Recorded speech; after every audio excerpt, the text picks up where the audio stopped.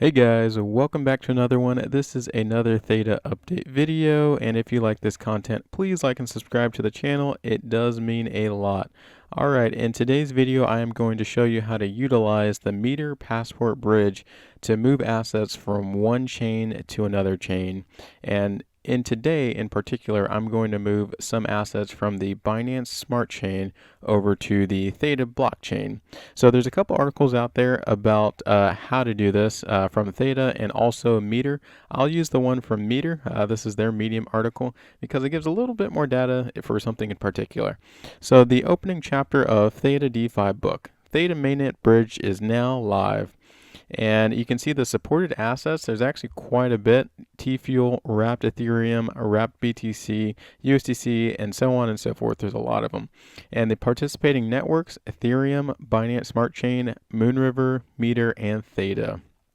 And here are a couple of the things that I wanted to hit on because I can show you after the fact too that it actually does work. So the Meter Passport Bridging incentives. So right now they are paying you, yes, they're giving you money to move assets into the Theta blockchain.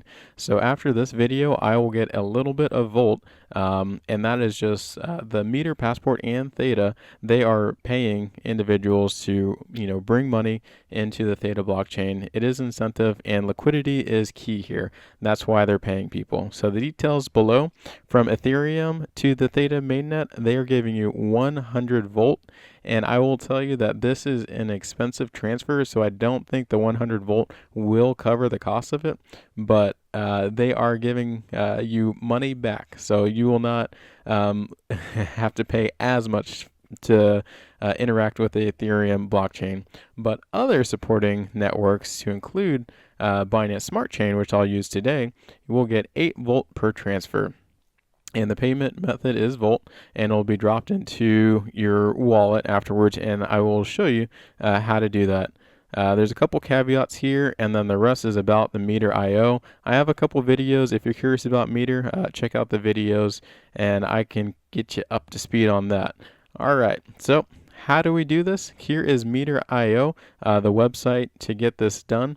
We will go to Discover Meter. We'll select Products, and we'll let this load for a second. There's a couple applications that we can use. There's a Volt Swap. I have a couple videos about Volt Swap, but in today's video, we're going to look at the Meter Passport. So we can select that, and it'll bring you here. So this is the Meter Passport, and this is how you move assets from one chain to another chain. In this instance, we have the Binance Smart Chain, and you can move it to any of these chains, which is pretty awesome. So Ethereum, Avalanche, Meter, Moonriver, Theta, and so on and so forth. They are just continuing to grow and expand the amount of chains that you can send assets to and from, which is really good. Interoperability is the next wave of important things coming to all of the blockchains, Theta included.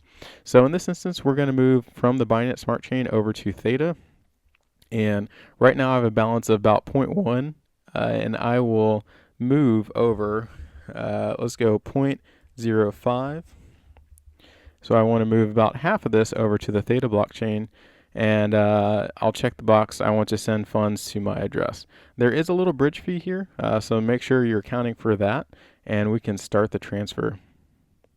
So there's a pre-flight check. To be advised, you will not be able to cancel once you submit it. Your transaction could get stuck.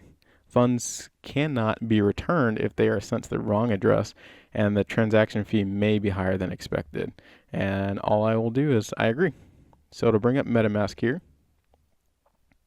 And in MetaMask, I will just have to approve these transfers.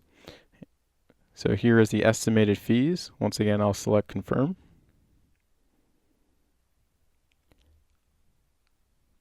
And the transfer is initializing.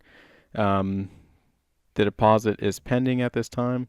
This could take a couple minutes, but the last time I did it, it was actually relatively quick.